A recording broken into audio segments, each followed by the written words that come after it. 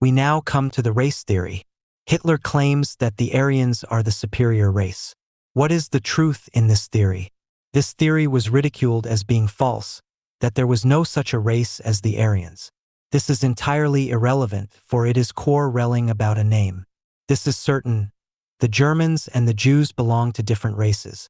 The Jews belong to the Semitic race. Now, to what race do the Germans belong? For an answer to this question, we must go to the Bible, for the Bible is the only authority on this question. The Bible tells us that Noah had 3 sons, Shem, Japheth, and Ham, and from these 3 sons all races, nations, and peoples were differentiated. The Jews are the descendants from Shem, while the Germans are the descendants from Japheth. Call the descendants from Japheth Aryans or what you please, the name is immaterial. What concerns us is this: which race is superior, the Semitic or the Aryan race? How are we to judge? Hitler tells us that intellectually the Aryans are not superior to the Jews, but they are superior to the Jews culturally. Culture, Hitler tells us, is art, science, and technique. Later I will speak of culture at length. But for the present it is enough to know that, according to the Nazi philosophy, this is the difference between the Jews and the Germans. Intellectually the Jew 3 are superior to the Germans, but culturally the Germans are superior to the Jews. The Germans are preeminent in building temples, in making statues, and in flooding the world with commodities. Now, the Jews will readily admit this, for the Jews never claimed that they were good builders of temples, or makers of statues, or producers of commodities. What the Jews always claimed that, in the realms of reason, the intellect and the spirit, they were preeminent. It is the historic function of the Jews to bring to mankind the light of reason, the divine message of the intellect, and the morality and humanity of the spirit. Now, what function is superior? Suppose that a university is to be constructed, the purpose of which is that in it science, philosophy, and religion shall be taught. The first thing is to construct the university, and for this purpose it is necessary to procure the materials and the proper mechanics. When the university is already completed, then it is the function of the professors and the scholars to come to teach to the students assembled there the sciences, philosophy, and religion. Now, the mechanics may claim that their function is superior to that of the professors and the scholars, for without the university the professors and the scholars could not teach to the students. But, in turn, the professors and the scholars could answer, the university is only a means and a condition to the teaching of science, religion, and philosophy, but the teaching of these branches of human knowledge is the aim, and the aim is always superior to the means. Since the function of the Aryans is only to prepare the material world for the spread of light, knowledge, morality, and humanity, it follows that the function of the Jews is superior to that of the Aryans or the Germans. And this was already told in the Bible. Noah stated the destiny of the Jews and the Aryans. He said, "Blessed be Jehovah, the God of Shem, and let Elohim prosper the work of Japheth. Yet in the end Japheth will dwell in the tents of Shem." What does this mean? It means this: after the Aryans will have built the temples, made the statues, flooded the world with commodities, and prepared the earth for rational mankind, then Japheth will settle in the tents of Shem, and will enjoy peace and happiness. But the tents of Shem are communism, internationalism, democracy, the equality of the races, nations, and peoples, the universal brotherhood of man, the emancipation of the working class, and the human society. All that the Aryans will accomplish in this world is only a condition to the enjoyment of the gifts which the Jews will bring to mankind. Which function is superior? Thus we see that the Jews are superior to the Germans. And the Nazis know this. 47. 2 of the great sins of Judaism and the Jews are communism and internationalism. And there is a valid reason why the Nazis and the fascists should regard these as great sins. The Nazis and the fascists want to become a world power and appropriate for themselves the whole earth. Therefore, they must necessarily be against communism and internationalism. But in this respect, the Nazis and the fascists are not an exception. Even opponents of Nazism and fascism are opposed to communism and fascism. And it is to the greatest credit of Judaism and the Jews that they are identified with communism and internationalism. It therefore behooves us to examine the nature of communism and internationalism. And, first, communism. What is communism? Communism is a social order in which every member thereof, in common with all other members of society, has an absolute and inalienable property right to the earth and all means of life, so that every member of society is free to contribute to society as much as he can, and to receive from society as much as he needs. Communism is not something new, something which never existed, and which must be established. Communism is as old as human society is. Communism was and is the foundation of society. It was and is the basis of all human progress. It is the soul of all social institutions. It is the hope of the working class, and it is the destiny of the human race. Human society was conceived in communism, it was brought up in communism, and all through it was the soul of all human progress. Religion, philosophy, morality, science, art, culture, industry, and civilization, all are communistic in origin, nature, use, and destiny. For thousands of years, mankind struggled to acquire knowledge, understanding, and skill. With infinite thought, they crystallized the ideas and the truths of religion, philosophy, morality, science, art, culture, industry, and civilization. And with infinite labor, they brought out the tools, invented machines, discovered processes, and brought out a most wonderful mechanism for the production and the distribution of the means of life. All these infinite values and treasures the past generations bequeathed to posterity as the common property of all to be used by all in common. No matter when, where, and by whom an idea was crystallized, a truth discovered, a machine invented, a process discovered and worked out, it is now the common property of all, and each one is free to use them. Each idea, each truth, each invention, and each process grew out of the infinite intellectual and material values and treasures which mankind created in common, and which they own, possess, and use in common. Destroy all that is communistic in origin, nature, use, and destiny, and human society will disappear, mankind will degenerate and become extinct. Communism is the hope of the working one class, for only in communism will the working class be emancipated from exploitation and degradation. Communism is the destiny of mankind. All social evolution was communistic in origin, use, and destiny. The great redeemers, the great thinkers, the reformers, and the revolutionaries all through history were communistic in origin, nature, function, and aim. They all served the whole human race. With time and progress, all these communistic efforts brought out a rich harvest of communistic institutions and promoted the communistic life of mankind. Consider but a few of the communistic institutions that mankind already wrested from individualistic chaos and selfishness. The public schools, the municipal departments, the health centers, public parks, public libraries, public hospitals, and the numerous functions of government. A poor man may have 10 children, and a rich man may have but one child. Yet the 10 children of the poor man have the same right to the privileges and benefits of the public school as the only child of the rich man has, although the rich man may have contributed much to the support of the public school. A poor man is just as free to use the books in the public library as the rich man is, although the rich man might have contributed much towards the library.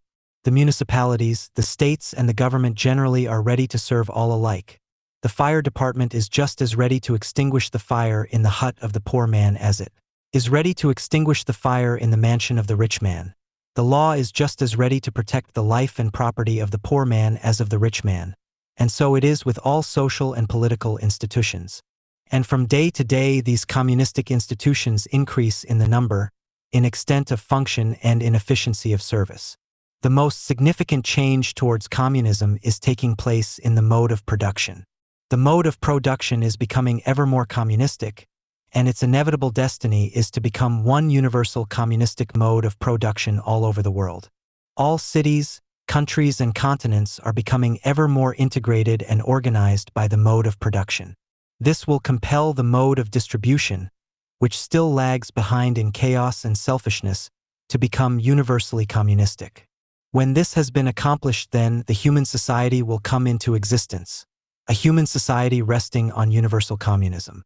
And what is most striking is this: even the most bitter opponents of communism are compelled to fight communism with communism, so that, while they believe that they are struggling against communism, in fact they are struggling for communism.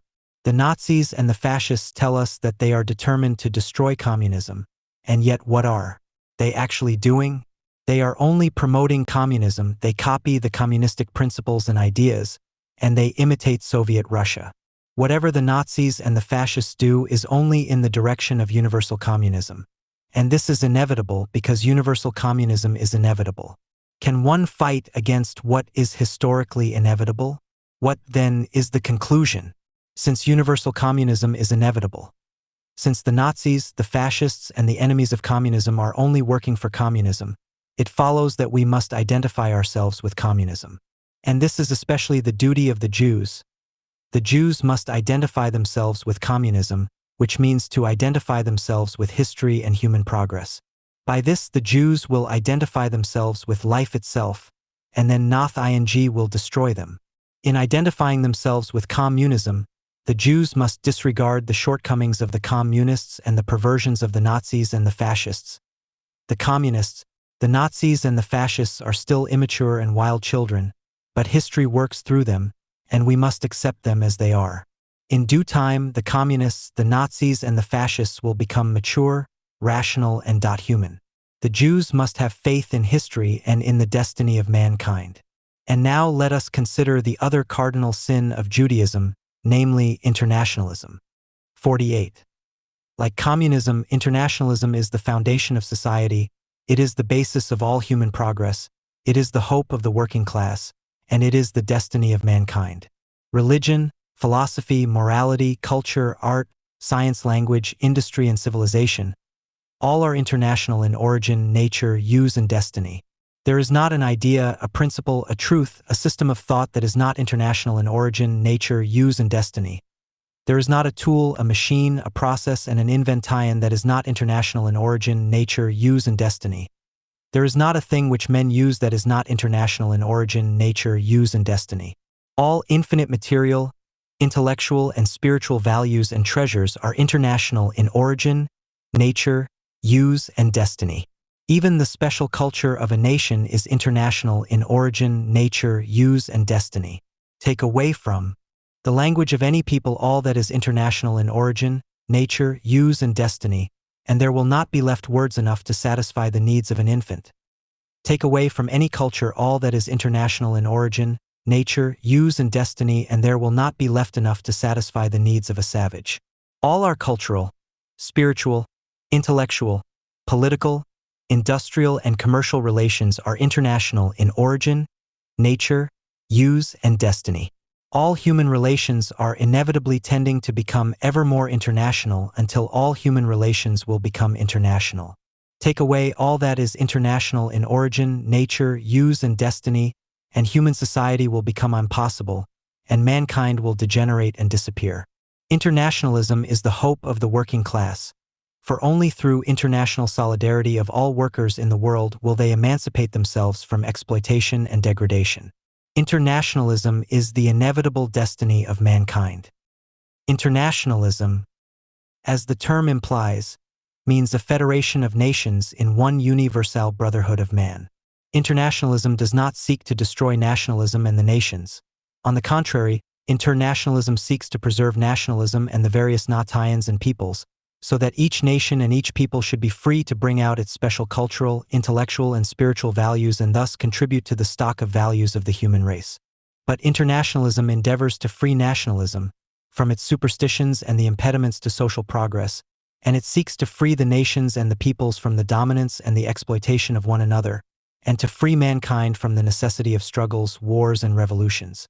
Only through internationalism and upon the basis of universal communism can mankind emancipate themselves from all social evils, injustice, and suffering. And the strangest thing is this: the most chauvinistic and bigoted nationalist, the most bitter opponents of internationalism are themselves striving after internationalism. The German Nazis, for instance, want that German nation should become a world power and rule all over the earth. The German Nazis want that all nations and peoples should become Nazis. Suppose this is realized, will not Nazism become international? And so, while the Nazis are fighting against internationalism, in fact they are fighting for internationalism. Consider the religion, the philosophy, the art, the language, the culture, the industry, and the commerce of the German people. How much of all this belongs exclusively to the German people, and how much of it is international in origin, nature, and use? Take away from the Germans all that is international in origin, nature, and use, and the Germans will find themselves where they were 2,400 years ago. Think of it, even the German alphabet is Jewish in origin. Take away the alphabet and what will be left? And so we see that all this talk against internationalism is only the prattle of foolish babies in the nursery. An intelligent person ought to be ashamed to speak against internationalism, just as one ought to be shamed to speak against nationalism. Internationalism and nationalism are correlatives. They imply each other, and each helps the other. Let us consider the matter in concreto. Suppose that I begin with nationalism. I am a citizen of the United States. I love this country and the American people. It is my country, and I wish to see it prosperous and happy. But I notice that economically and politically this country is bound up with all other countries. I see that, due to the fact that there is international economic and political rivalry, we are now compelled to spend billions of dollars to prepare for war, and this at a time when we suffer from an economic depression. I also know that, when this country becomes involved in the impending war, the American people will suffer infinitely. Now, I want to avoid this suffering for the American people, and I am concerned only about the American people. How can their suffering be avoided? By isolation, this cannot be avoided. It can be avoided only by internationalism. Let all nations on earth become rational. Let them enter into such a federation of nations as in this country we have a federation of states. Then, just as this federation of states in this country avoided infinite suffering for the American people, so a federation of nations will avoid infinite suffering for the American people and all peoples on earth. And thus it is clear that by being an internationalist I am infinitely more a nationalist, and am far more patriotic than the blind nationalist who shuts himself in ostrich-like isolation. And the Jews furnish a concrete illustration of nationalism identified with internationalism. The Jews are true nationalists and true internationalists. The Jews are internationalists because they live everywhere, because they lived everywhere, because they are acquainted with all nations, all cultures, all languages, and all religions. At the same time, they are intense nationalists. They are nationalists in a double sense. On the one hand, they love the country in which they live and identify themselves with the nation of the country. Let the anti-Semites say what they please. The Jews love the country and the people where and among whom they live. But at the same time, the Jews are also nationalists as Jews. The Jews all over the world, no matter where they live, what language they speak, what mode of life they have, and what customs they follow, all Jews are identified with one another as one people. The Jews in this respect, as in all other respects, are pioneers. They show to mankind how nationalism and internationalism go hand in hand. The nations of the world will prosper, make progress, and attain to happiness only in proportion as they become international. And this must be so, because the destiny of mankind is internationalism, the universal brotherhood of man. And thus we see that these two cardinal sins of Judaism, namely, communism and internationalism, are in truth and in fact great virtues. Judaism may be justly proud of these virtues. Fortunately, Judaism is not alone. Judaism finds itself in good company. Christianity, philosophy, morality, science, art, industry, commerce, culture, and civilization, all are international. It is with Judaism as it is with the Jews. We saw that the Jews are now more than 1,000 million human beings in the world, and this is also true of Judaism. Judaism counts its followers more than 1,000 million human beings. And if, indeed, there are true nationalists in the world, they belong to the category of the primitive savages, and civilized humanity does not fear the primitive savages. 49. The most heinous crime of Judaism and the Jews is Marxism. Hitler tells us that, if with the aid of Marxism the Jews triumph, then there will be the end of mankind. As for millions of years before, the earth will move through the ether devoid of mankind. How horrible! And all this will come to pass because of the triumph of Marxism. What a horrible monster! Let us, then, examine this horrible monster. The first thing we notice is this: Marxism is nothing else than our old friends, communism and internationalism, for this is what Marxism endeavors to realize. Next, let me reveal to you a secret. Nazism is nothing else than an imitation and perversion of Marxism. There is nothing in Nazism which was not taken from Marxism. Study Hitler's anti-Marxist Bible. Mein Kampf? Read it carefully, and what will you find? You will find that Hitler adopted the principles, the ideas, the policy, and the method of Marxism. The National Socialist Party of Hitler was modeled after the fashion of the Communist Party of Soviet Russia, and both were fashioned according to the ideas of Marxism. Like the revolutionary Marxists, Hitler laid the emphasis upon the working masses. Where did the Nazis get the idea of the National Socialist Party?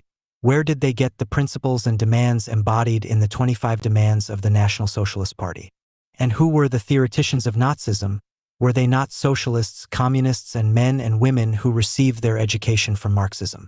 Where did Hitler and his followers get the idea of international capital exploitation on the one hand and socialism and national planning on the other? Did they not get all this from Marxism? But what is most significant is this.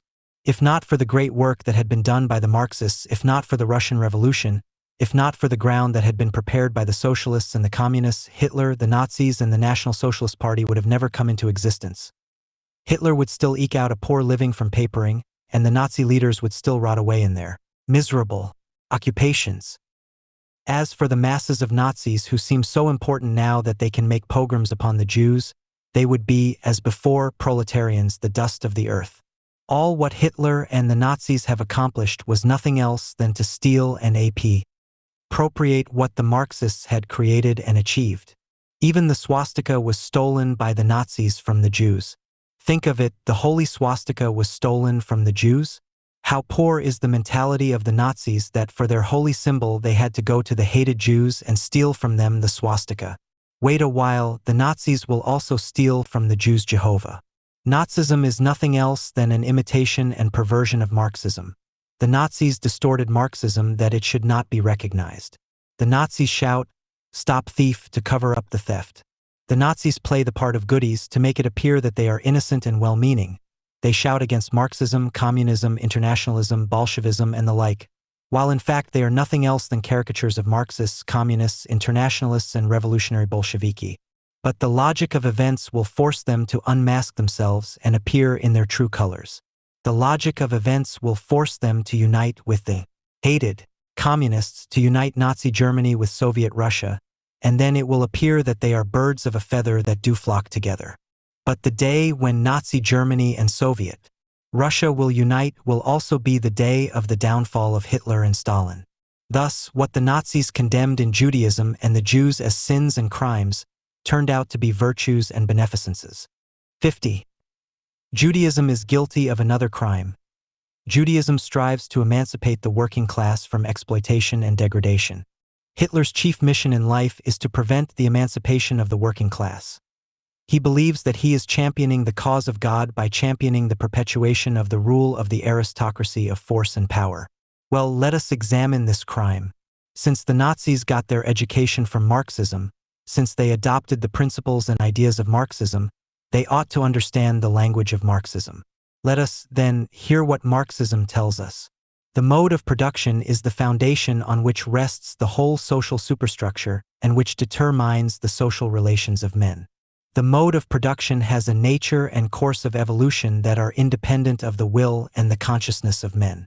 Until now there was, and still is, a materialistic society, a society in which mankind are dominate by the material world and enslaved by the mode of production. But a time will come when the materialistic society will disappear, and in its place will be established a human society. In the future human society, mankind will become the masters over the material world, and they will determine the mode of production. This will be brought out by the historic law of dialectics. By the law of dialectics, history realizes a purpose through two negations. It begins with an affirmation, then negates this affirmation, and then it negates this negation and brings out a higher affirmation. This second affirmation is higher and richer than the first affirmation. Thus history achieves a continuous process of progress. That universal communism and the human society may be realized, the present materialistic society and the existing mode of production must be negated, and they will be negated through the class which was negated by them, and this class is the proletariat. The proletariat is the class of proletarians. A proletarian is a worker who owns neither the means nor the conditions for production. All that he owns is his naked labor power. This labor power he must sell in order to exist. He who buys his labor power is a capitalist. The proletarian sells his labor power for wages. Wages conceal the exploitation. For while the proletarian is paid for only a part of his labor, the wages seem to be a full equivalent for his labor. Thus arises the profit system, and with it also capitalism. Wages are the basis of capitalism. Wherever wages exist, there also is capitalism. Throughout the past, the mode of production negated the working class. Until now, the working class never performed any active function either in society or on the stage of history. When, at last, the workers were converted into proletarians, they were also negated as human beings.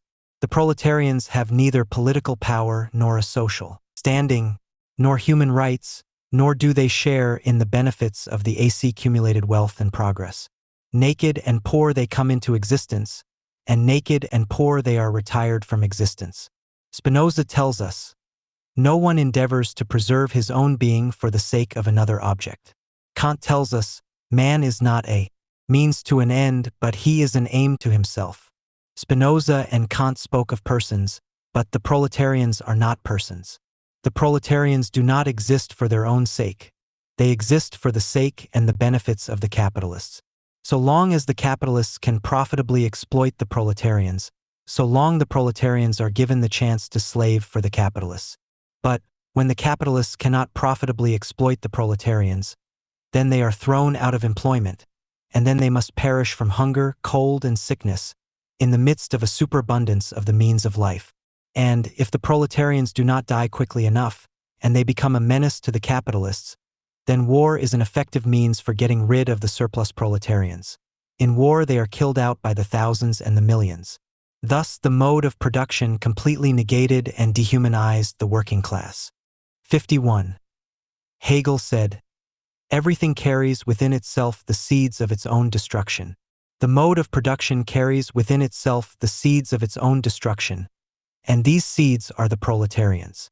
When the great mass of workers have been converted into proletarians and have been completely negated as human beings, then comes the time for the negation of the mode of production itself, the mode of production that, in the first instance, negated the working class. The negation of the working class was the first negation, and the negation of the mode of production is the second negation. It is the negation of a negation. Before, the mode of production negated the work ing class, and now the working class negates the mode of production. And now their respective roles change. Whereas until then the mode of production was riding on the backs of the proletarians, now the proletarians begin to ride on the back of the mode of production. By becoming the masters over the mode of production, the proletarians emancipate themselves from their status as proletarians and become free persons, rational human beings. They raise labor, which until then was despised and held in deepest contempt, to the highest dignity, and they make labor a condition to life, progress, joy, and happiness. The working class, now assuming the status of free human beings, abolish the private property in the land and the means of life, establish universal communism, and lay the foundation for the human society. Then the eternal law of equivalence assumes the form, from everyone according to his ability, unto everyone according to his need. All this is inevitable, and all this will be realized. The kingdom of God on earth, which for thousands of years was the noblest dream of mankind, is nothing else than the human society resting on universal communism. It is the highest virtue of Judaism, and it is to its everlasting credit that it perceived this kingdom of God through the emancipation of the working class. Yes, the working class will be emancipated, and an end will be put to the rule of the aristocracy of force and power. The abolition of the aristocracy of force and power will, indeed, mean the end of a race that in appearance was human, but in essence animal and beastly. The earth will then continue to move through space devoid of human animals and beasts, but instead it will become the abode of rational, humane, and morally autonomous free human beings. And so, what Hitler dreads, we rejoice and welcome. And now, what is the conclusion? This is the conclusion. The Jews must identify themselves with communism, with internationalism, with Marxism, and with the working class. In this identification lies the hope and the salvation of the Jews. This is the tree of eternal life, and when identifying themselves with this tree of eternal life, The Jews need not fear the Nazis, the fascists, and the anti-Semites. The Jews will overcome them all. And now, what about culture? Good-natured enthusiasts, pseudomaniacs from blood and freethinkers from reflection, search our history of freedom in the beyond of our history, in the Teutonic primeval forest. But wherewith does our history of freedom differ from the history of freedom of Boers, when it is sought only in the forest?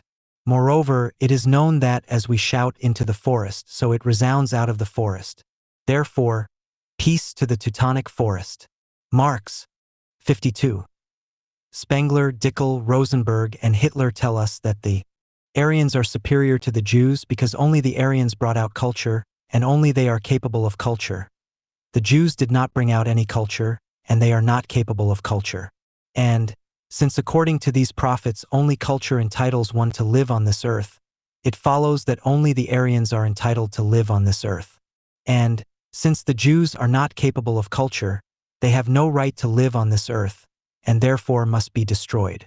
Philip II regretted that God did not consult him when he created the world, for he would then give God good advice on how to create the world. For instance, he would have advised God not to create the Protestants, the heretics, and the Jews. History repeats itself. The Spenglers, the Dickels, the Rosenbergs, and the Hitlers would advise God not to create the Jews. But, as if to anticipate the good advice of these prophets, God chose the Jews as his people. What can be done about this? These Aryan prophets tell us that all culture began with the Aryans, was continued and pre-served by the Aryans, and will exist only so long as the Aryans exist. All this is pure assertion, without any historic proof and justification. Indeed, these Aryan prophets cannot adduce any proof to sustain their bare assertions. How far back can the Aryans trace their history? Can they trace their history back 5,000 years ago? What do the Nazis know about their German ancestors of 5,000 years ago? Absolutely not, engineer. If it was necessary to disprove these childish assertions from the vast mass of evidence that accumulates daily, it could be shown that, long before there was any trace of an Aryan race, there were mighty cultures created by races that were in no way related to the Aryan race. Still more, it could be shown that the Aryans borrowed from the non-Aryan races, and what they borrowed the Aryans only corrupted and distorted. But for the purposes of this program, it is not necessary to go into this subject.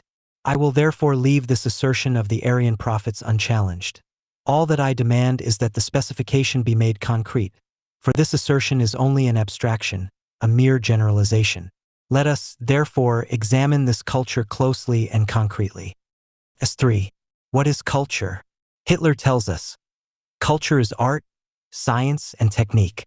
Notice carefully, this culture does not include religion, morality, and philosophy. Right here we already see the limitations of the Aryan culture. And we will see later that this is very significant. Very well, we begin with art, science, and technique. Now, technique is implied in art and science, for there can be no art or science without technique. Even religion, morality, and philosophy imply a technique of their own. Therefore, I will speak only of art and science. Marx said, "The anatomy of the human being is the key to the anatomy of the ape. For the intimation of the higher animal in the lower ones can be understood only if the animal of the higher order is already known." This means that, instead of speculating about the ancient Aryans and the ancient Semites, we will consider the Germans, who regard themselves the highest Aryans, and the Jews, who regard themselves to be the highest Semites. Knowing the difference between the Germans and the Jews, we shall readily infer what must have been the difference between the ancient Aryans and the ancient Semites. The culture of a race roots deep in the blood of the race. And from this we will also learn the difference between the blood of the Aryans and the blood of the Semites. I begin with the arts. The arts constitute a hierarchy. They begin with architecture, sculpture, painting, music, and end with literature. The arts rise higher and higher in proportion as they emancipate themselves from matter and attain to thought and spirit. Architecture is the lowest art, for here matter dominates and overwhelms thought and spirit. The thought and the spirit are wholly implicit in architecture. Higher than architecture is sculpture. Here matter is subdued and reduced, and thought and spirit begin to manifest themselves. Higher than sculpture is painting. Here matter is reduced to two dimensions. Matter is here symbolized and idealized. while thought and spirit are here dominant and manifest. Higher than painting is music. Here matter is entirely overcome, and thought and spirit are here free and independent. Yet the thought and the spirit in music speak an implicit language. The soul speaks through sounds, but not through ideas. Higher than music is literature. Here thought and spirit are free and wholly explicit. Literature speaks the language of ideas, and ideas are universal. Literature therefore speaks a universal language. For this reason, literature is the highest art. Literature transcends space and time. A literary work can be translated into all languages, and it can endure forever. This is not the case with the other arts. Hence, literature is the highest and most universal art. And now I ask the question, what is the greatest literary work known to mankind? The answer is, this is the Bible. And let the Aryans themselves judge. For nearly 2,000 years, countless millions of Aryans recognized the Bible as the greatest literary work in existence. If on one scale were put the works of Homer, Aeschylus, Virgil, Dante, Shakespeare, Goethe, and all other great works of the great poet and writers, and on the other scale were put the Bible, and the Aryans had to choose between them, the one or the other, it is absolutely certain that the Aryans would choose the Bible. The Bible is the oldest and most universal literary work in existence. It is still the bestseller, and it is still held by the Aryans in the highest esteem. For every German that knows the works of Goethe, there are tens of thousands of Germans that know the Bible. For every Englishman that knows the works of Shakespeare, there are tens of thousands of Englishmen that know the Bible. And so it is true of all Aryan nations. The Bible, then, is the highest, the greatest, and the most universal literary work. And who created this Bible? The Jews created it. Will the Germans ever create a work like the Bible? Not in an eternity. Thus we see that the Jews are the greatest and highest artists in the world. Was this a singular instance? By no means. The Jews are the best speakers and the best writers in the world. No people on earth learns to speak and to write foreign languages as readily as the Jews do. This is not only attested universally, but it is also attested by Hitler and the Nazis. Hitler complains bitterly that the Jewish socialists and communists are the best speakers and writers in Germany. Dickel tells us the following: we Germans write our laws in our blood. Then comes the Jewish lawyer and gives to our laws a Jewish interpretation. And what German lawyer can hold his own against a Jewish lawyer? And thus we in Germany are ruled by Jewish laws. Professor Sombart, the spokesman for the Nazi philosophy, tells us the following: we can neither write well nor speak well. For that reason, we do not place a high value on fine writing and good speaking. They appear to us as something trivial and superficial. Thus speaks the Nazi professor. Think of it. The Germans do not speak and do not write well their own language. The Germans do not place a high value on good speaking and good writing. In other words, on the highest art, the Germans do not place any high value. This art appears to them to be trivial and superficial. What shall be said about a nation that places little value on speaking and writing? Speaking and writing are the highest art. They are the highest gift given by God to man. And yet in this art, the Germans are deficient. The Germans place little value on good speaking and good writing for the very good reason that they cannot speak and write well. It is sour grapes. Indeed, the ignorant hod carrier attaches little importance to Einstein's relativity, and for the very good reason that he is not able to understand it. And so we have the admission of the Nazis themselves that the Jews are higher and greater artists than the Germans are. And the Germans are the highest Aryans. And mark it well, the Bible was written by the Jews at a time when there was not a German in existence who even knew the alphabet. The Germans are good builders, they make good tools, and they can produce cheap and good commodities. In other words, in the material arts the Germans are preeminent. But in the arts of thought and spirit the Jews are preeminent. If the Germans think that the building of temples, the making of statues, and painting pictures are higher than writing immortal books, then the Germans confess by this that they still root deep in the material world.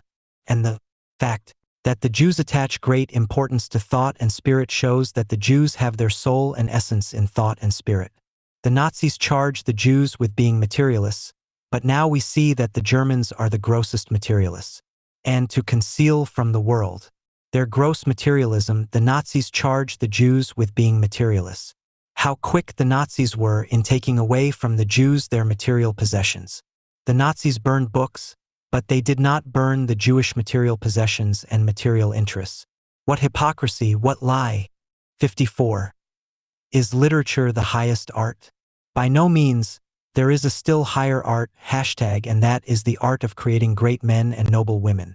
It stands to reason that the creation of the artist is a higher art than the creation of art. Once a Shakespeare is created, and his immortal works will follow as a matter of course. And a Shakespeare has to be created, for he cannot create himself. And the creator of a Shakespeare must be far greater than Shakespeare himself, for Shakespeare could not reproduce himself. A great man or a noble woman is the creation of a race or a people.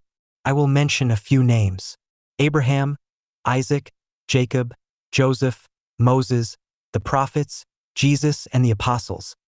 Sarah, the mother of Isaac. Rachel, the mother of Joseph. Jochebed, the mother of Moses. Hannah, the mother of Samuel. Mary, the mother of Jesus. Here you have a few of the greatest men and noblest women that mankind know. Have the Aryans, and especially the Germans, produced such men and such women? But the Jews did produce such great men and such noble women. By the fruit ye shall know. Such great men and such noble women do not fall from the sky, nor do they come by accident, nor can they arise among people that are not capable of bringing out such men and such women. Do men gather grapes of thorns, or figs of thistles? Even so every good tree bringeth forth good fruit, but a corrupt tree bringeth forth evil fruit.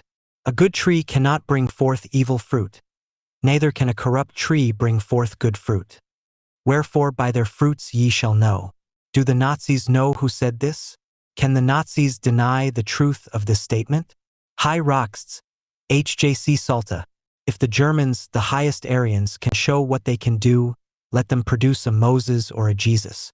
I give them 1,000 years, the 1,000 years allotted to the Germans by Hitler, within which time to produce a Moses or a Jesus, and the Germans are sorely in need of a Moses or a Jesus. Hitler is now deified by the Nazis, but let them wait a while. A lamp near at hand gives enough light to read a book, while the mighty star in heaven does not give light enough to show the road. But let the lamp be placed among the stars, and not by an infinite telescope will the lamp be discovered. The lamp may exist and function a few years, and then it perishes. But the stars live forever and ever. What will become of a Hitler in 10 or 20 years? But Moses and Jesus will live so long as mankind live. By bringing such great men and such noble women, the Jews showed themselves to be the greatest and highest artists in the world. 55. Have we already reached the highest art? By no means. There is a still higher art, and that is the art of creating a state for the preservation of a people. And what about the state? Let us hear what Hitler says about the asterisk state. Hitler came out with a new theory of the state. The state was always regarded as a material attribute of a nation. The state pertained to the country of the nation, and it was coextensive with the country. The sovereignty of the nation was bound up with the country and was coextensive with the territory of the country. Anyone coming to the country at once became subject to the sovereignty and the laws of the state of that country. For instance, anyone coming to the United States at once becomes subject of the sovereignty and the laws of the United States. On the other hand, if an American leaves the United States and goes to live in another country, he is no longer subject to the sovereignty and the laws of the United States, but becomes subject to the state of the country in which he lives. Now, Hitler tells us this is a false theory of the state. The state is not a material attribute of a nation, but is a spiritual attribute of a nation. A state is therefore coextensive with the nation.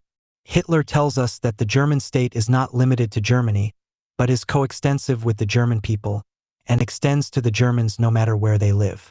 And Hitler is now trying to realize such German state. Now, this is indeed a higher conception of the state than the universal conception of the state that prevailed until now. It turns a materialistic state into a spiritual state. It turns a materialistic society into a human society. This is a great step in progress.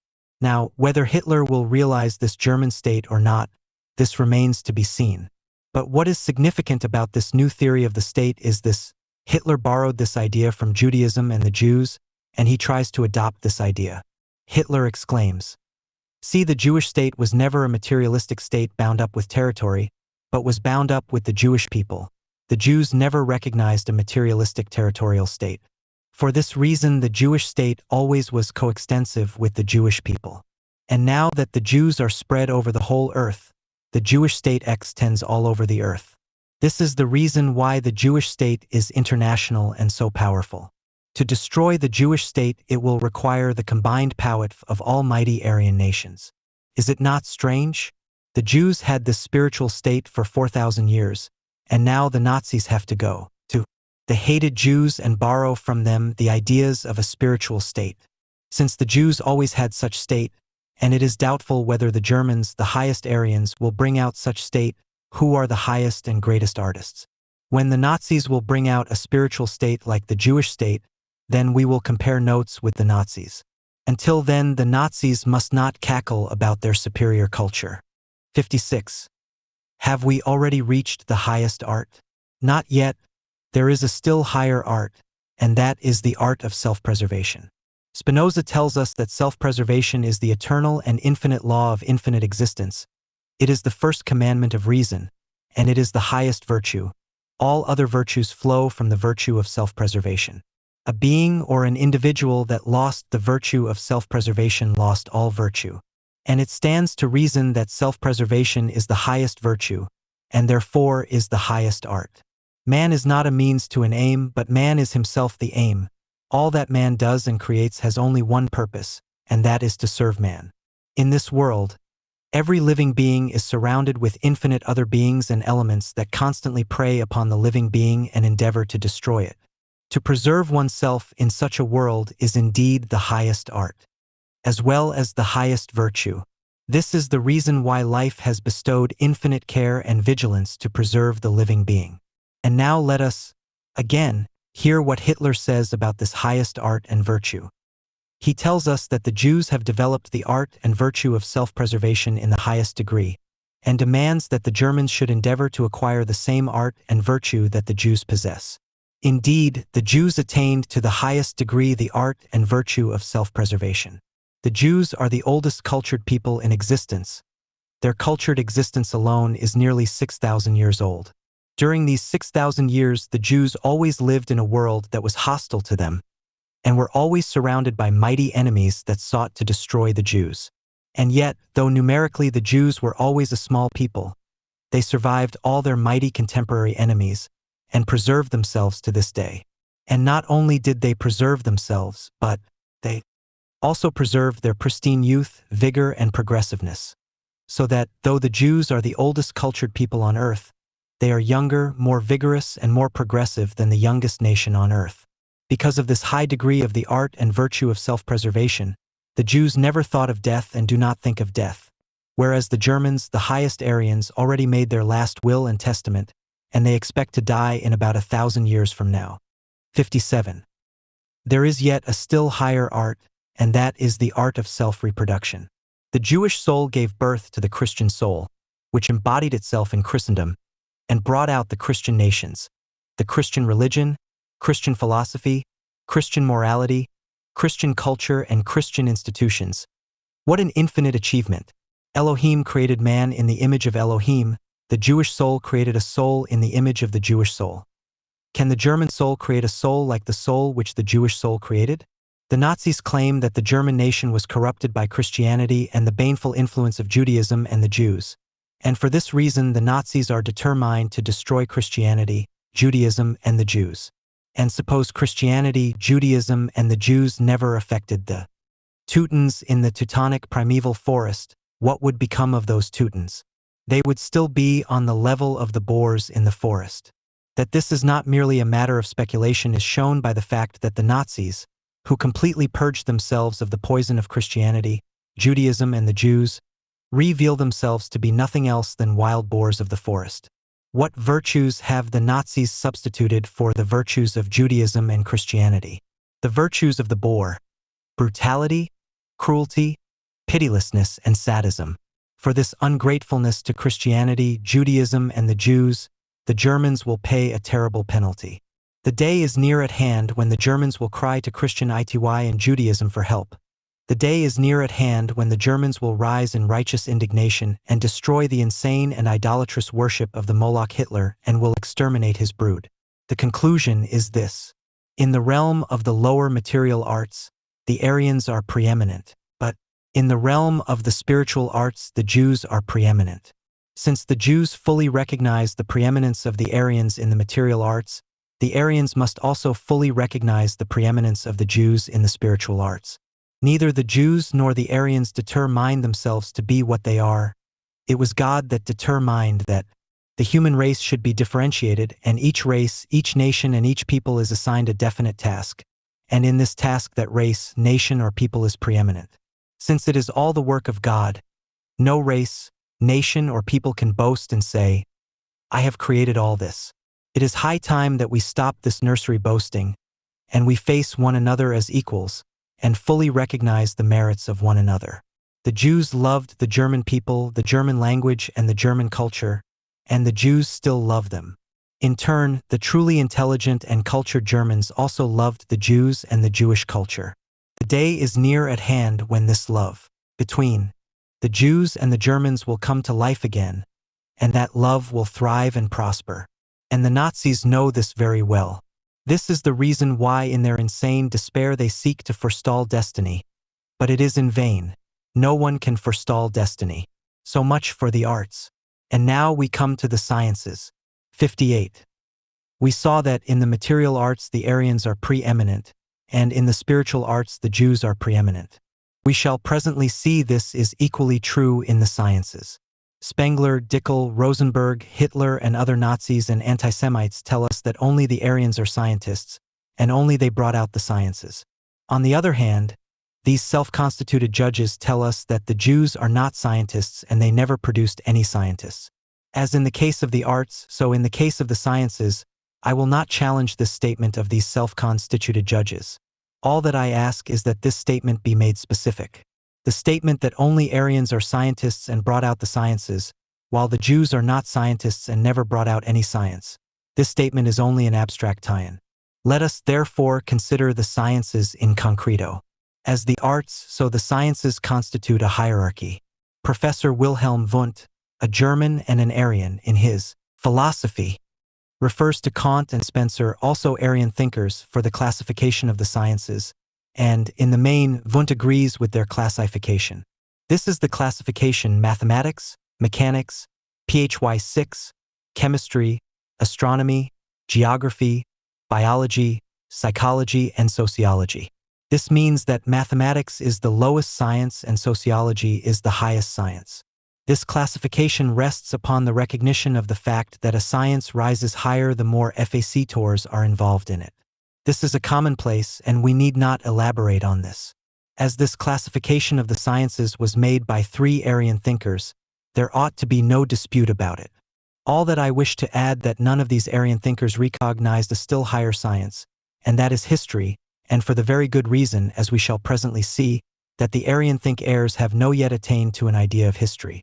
And now I ask this question: in what sciences are the Aryans preeminent? The answer is, the Aryans are preeminent in the lower materialistic sciences, the sciences that deal with time, space, matter, and motion, namely mathematics, mechanics, physics, chemistry, astronomy, and geology. I will not stop to show that the basis of all these sciences had already been built up by ancient races that were not Aryans at all. It is clear that a poor man who, by industry and talent, builds up an industry and becomes a rich man accomplishes an infinitely greater task than his son who inherits the business and the fortune, and enlarges the business. It is dear that for the ancient races, out of nothing, to build up the sciences was a far greater achievement than for the modern Aryans to enlarge these sciences. But I leave this out of consideration, because it is not essential to my purpose. Let us then state boldly that the Aryans are preeminent in the lower materialistic sciences. And now we come to biology. What about biology? It seems that in recent years infinitely much has been accomplished in biology, and yet, when we look deeper into the matter, we discover that very little has been accomplished in biology. Bergson showed in his Creative Evolution that modern science, which is Aryan science, succeeded only in the realm of matter, motion, force, and no more. But in the realm of life, modern science accomplished nothing. Biology, this is the science of life. What shall be said about a biology that does not know what life is? And this is the biology of the Aryans? Study the thousands of books that were written on biology by the Aryans, and in all of them you will not find a single statement as to what life itself is. For instance, Spencer defines life to be a continuous adjustment of inner relations to outer relations. Is this a definition of life? This only tells us of a function of life, but what is life itself that makes this adjustment? Spencer himself admits that he does not know. And in all cases in which the Aryans come to the ultimate aspects of existence, they draw down the curtain on which is written, the thing in itself, nihil u iter ins, the unknowable, and ask no further questions. Now, the basis of the Nazi philosophy is the blood theory, and we already saw that the Nazis do not know what blood is, and they know absolutely nothing about life itself. What is life? We already saw that the Bible knew what life is. Life is what the Bible calls nephesh. It is the soul in its implicit state. Life is the absolute, it is the cause of itself, it is the substance of all realities, and all infinite existence is a living reality. Infinitely superior is the Jewish understand ing of life as compared with the naive theories of life of the Aryans. And yet, the Jews knew of this theory for more than 4,000 years before there was a Nazi to cackle about blood. The conclusion is, in the realm of biology, the Jews are the only scientists. 59. Next is psychology. Psychology is the science of the soul. It concerns itself about the soul and the mind. What is the soul and what is the mind?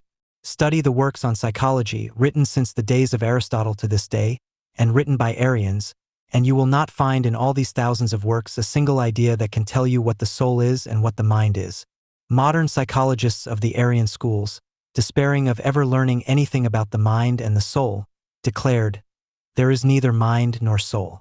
And yet, in spite of this, the Aryans still speak of mind and soul, and this is called psychology. Now, this is not the occasion for me to go into the deep subject of psychology and reveal what the soul is, what the mind is, the distinctive functions they perform, and that our soul is eternal. But this I will state. The mind is called in the Bible ruach, and the soul is called in the Bible neshamo. One who has made a deep study of the Bible, the Kabbalah, the deep works of Jewish thinkers, and the works of Spinoza knows and understands the mind and the soul. Now, if the Nazis are serious about the mind and the soul, I will be ready to reveal to them the mind and the soul that is in them, but of which they are totally ignorant, and I will render them this service gratis, for by this I will render to mankind an infinite service. The Nazis will learn to understand the mind and the soul that are in them, and which are still in an implicit state, so that the Nazis are not aware of their existence.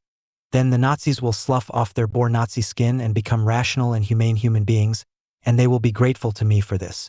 And so, again, we see that, as in biology, so also in psychology, the Jews are the only scientists. The Aryans will achieve a wonderful task to grow up to the understanding of the mind and the soul. And the Jews attained to this understanding more than 4,000 years ago. How marvelous this is! 60. We come now to sociology. Sociology, how many books were written by Aryans about sociology? But, just as in biology and psychology, so also in sociology, the Aryans know only of the dead facts of history and society. They can tell us infinite facts about the various races and peoples, their customs, their institutions, and the like. But what is the life and soul of society? This they do not know. For instance, Spencer wrote many big books on sociology. Spencer saw that mankind are progressing towards a state of ever greater individual freedom, until the individual will become wholly free from the constraint of society. Not many years passed since Spencer wrote his many books on sociology, and what do we see? Look at Soviet Russia, Nazi Germany, Fascist Italy, and all other countries. What will you find? You will find that, just the reverse, the individual became ever more and more constrained by society. What shall be said about a sociology that did not perceive that all social evolution inevitably tends to constrain the individual ever more towards the requirements of social life, and that the time must come when the individual will become completely constrained by society? There is one work on sociology and only one work, and that is Marx's Capital. Dickel tells us that no Aryan will ever be able to understand this work. Whether this is true or not does not concern me. What is certain is this: no Aryan will ever be able to write such a book. Only a Jew could write this work. Marx was the first thinker, and to this day, the only thinker who revealed to mankind the material basis of society and of history. Only with the aid of Marx's work can one understand the nature and course of evolution and the destiny of human society. One that does not understand Marx's works will never understand society. And because of this, may the Aryans all rise in their fury to annihilate Marxism. The Aryans will be destroyed and Marxism will triumph. Against an eternal and infinite truth, the gods are fighting in vain. And so we see that, in the realm of sociology, the Jews are still the only scientists. 61. And now we come to history, the highest science. What about history? What do the Aryans know about history? When did history begin? What is the soul of history? What is its course of evolution, and what is its destiny? What shall be said about a history that can date its beginning only a few thousand years ago? What shall be said about a history that cannot inform the Aryan nations whence they came, whither they go, and what is their historic function? Absolutely nothing. The past is veiled in darkness. The present is hazy, and the future is entirely shut out of sight. May the Aryans dig up the whole earth, and may they gather an infinite number of fossils, and yet they will never discover history. The infinite number of books on history that were written by the Aryans since the days of Herodotus down to this day contain infinite facts, events and dates, but they do not contain history. What would not the Aryans give to know whence they came, whither they go, and what is their historic function? Even the Nazis would give up their aim to become a world power only to know what is their historic destiny. And yet, the Jews possess the book of history, and this is the Bible. In the Bible is written once for all eternity the whole history from beginning to end, and this book was written by Jews. Infinite misery and suffering would have been spared mankind, if only they understood this book of history. The destiny of mankind is that they will understand this book, and then they will realize their predetermined destiny. In the realm of history, the Jews are the only scientists. The conclusion is this: in the materialistic sciences, the Aryans are preeminent, but in the spiritual sciences, the Jews are preeminent. And thus we see that the Jews are the highest and greatest artists and scientists. The arts and the sciences imply corresponding techniques. It therefore follows that the Jews are the highest and greatest technicians. Since culture is art, science, and technique, it follows that the Jews are the highest and most cultured people on earth. According to Hitler, a race of a superior culture has a right to subordinate to itself the races of a inferior culture, and the race of the highest culture has a right to be the master over the whole earth and the whole human race. What follows? Since the Jews are the highest and most cultured people on earth, the Jews have a right to subordinate to themselves the rest of mankind and to be the masters over the whole earth. Now, indeed, this is the historic destiny of the Jews, but not in the sense of Hitler and the Nazis. With Jesus, who only symbolizes the Jews say, "Our kingdom is not of this world." The Jews will become the masters over the whole earth, and they will subordinate to themselves all nations, not by material power, not by brute force, but by light, knowledge, understanding, humanity, peace, justice, and progress. Judaism is communism, internationalism, the universal brotherhood of man, the emancipation of the working class and the human society. It is with these spiritual weapons that the Jews will conquer the world and the human race. The races and the nations will cheerfully submit to the spiritual power of Judaism, and all will become Jews. And it shall come to pass in the end of days that the mountain of Jehovah's house shall be established as the top of the mountains, and shall be exalted above the hills, and all nations shall flow unto it, and many peoples shall go and say, "Come ye, and let us go up to the top of the mountain of Jehovah, to the house of the God of Jacob, and he will teach us of his ways, and we will walk in his paths. For out of Zion shall go forth the Torah, and the word of Jehovah from Jerusalem. And he shall judge between the nations, and shall decide for many peoples. And they shall beat their swords into plowshares, and their spears into pruning hooks. Nation shall not lift up sword against nation, neither shall they learn war any more. They shall not hurt nor destroy in all my holy mountain.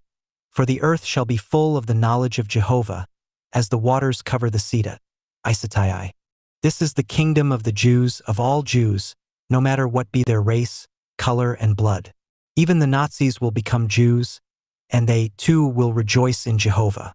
This is the predetermined destiny of mankind, of all mankind, without exception, and this destiny was predetermined by God.